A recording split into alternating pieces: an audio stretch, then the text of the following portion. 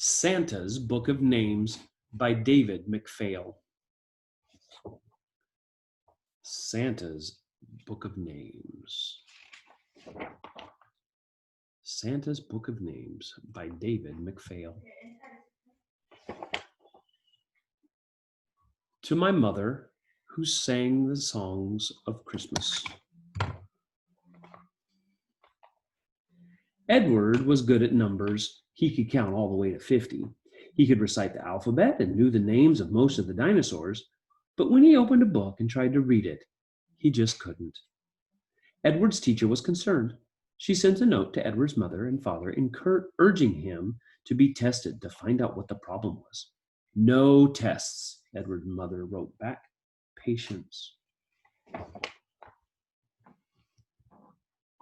At bedtime on Christmas Eve,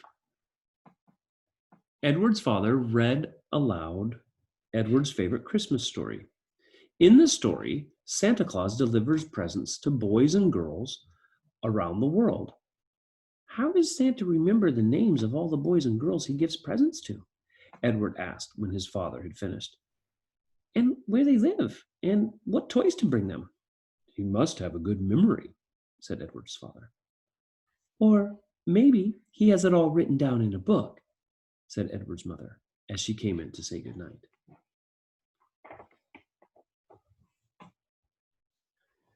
After his mother and father had kissed him and turned off the light, Edward took his flashlight from under his pillow and tried to read the story himself. He wanted more than anything to be able to read, and he almost could, but not quite. Just as he turned the last page, Edward heard a noise. He sat up and listened. Yes, there it was again.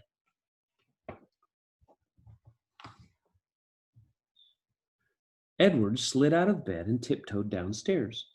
When he peeked into the living room, he saw that his stocking was filled and that there was presents under the tree. Santa had come and gone, and Edward had missed him.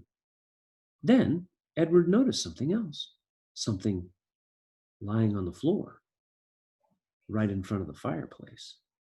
It was a book. He bent down and picked it up. The book was very thick and heavy, and probably very old, for the cover was worn and the pages were tattered. Santa must have dropped it. Edward suddenly realized. Wonder what book it could be. He ran to the front door, threw it open, and stepped outside. Just as he did, a long shadow passed over him and glided across the fresh moonlit snow. Santa, wait! Cried Edward. You forgot your book! But in the jingle of the sleigh bells and the rush of the wind, Santa didn't hear, and in an instant he was gone.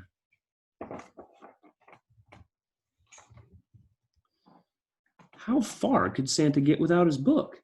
Edward wondered. And when Santa realized the book was missing, how would he know where to find it? Then Edward had an idea. He hurried back into the house, quickly put on his boots, mittens, coat, and hat. He knew what letter the word book started with, so he tromped out a huge letter B in the snow. Would Santa see it? And even if he did, would he know what it meant? Then Edward heard the sound of sleigh bells growing closer. He looked up. High overhead, Santa's sleigh appeared. It circled once and then went into a steep dive, gliding to stop right beside Edward. Hello, Edward. I see that you found my book, said Santa, who looked very much like Santa in Edward's storybook, except that his nose wasn't round, it was pointed. That book contains the names and addresses of all the children in the world, Santa explained. Most of them I know by heart, but I can't always remember which present I leave, so that's why I need my book. Edward held the book out to Santa. Thank you, Edward, said Santa, and he gently patted Edward's shoulder.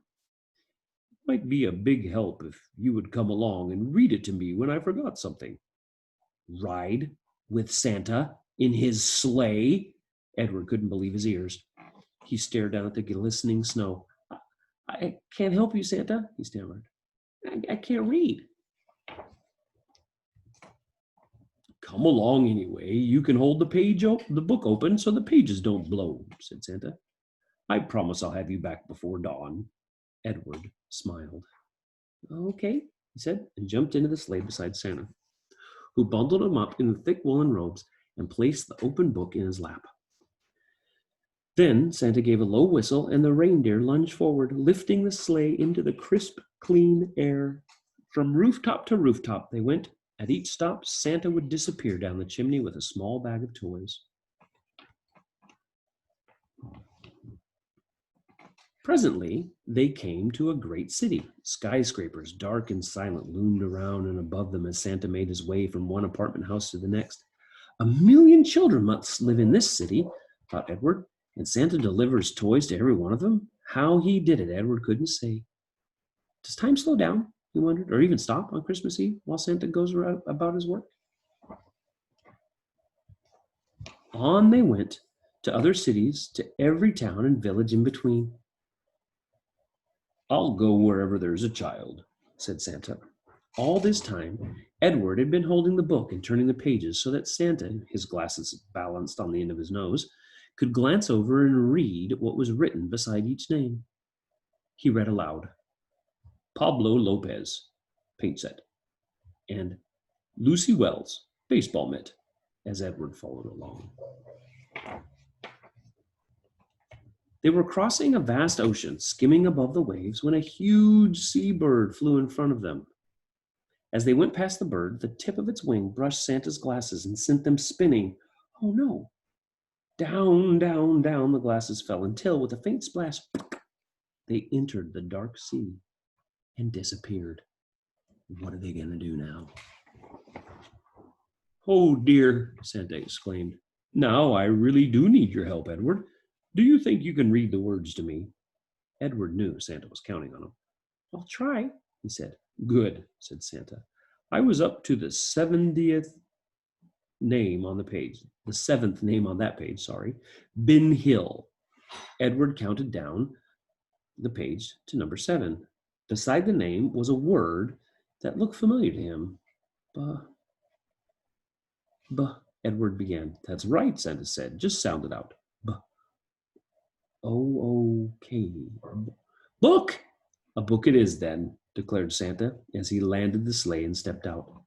What's next, Edward? Santa asked upon his return. Edward looked up at Santa.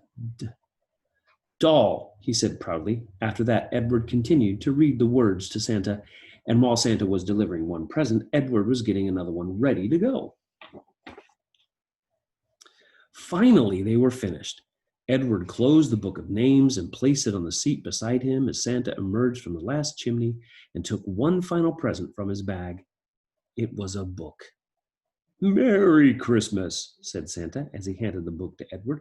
Thank you for all your help. I couldn't have done it without you. Then he took up the reins once more, and in an instant they were streaking through the dawning sky.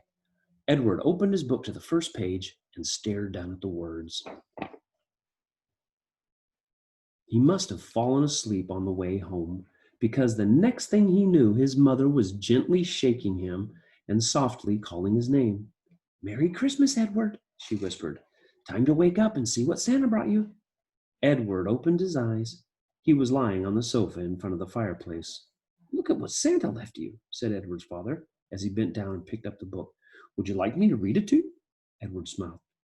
Nah, thanks, Dad, he replied. Let me read it to you. And he did. Santa's Book of Names.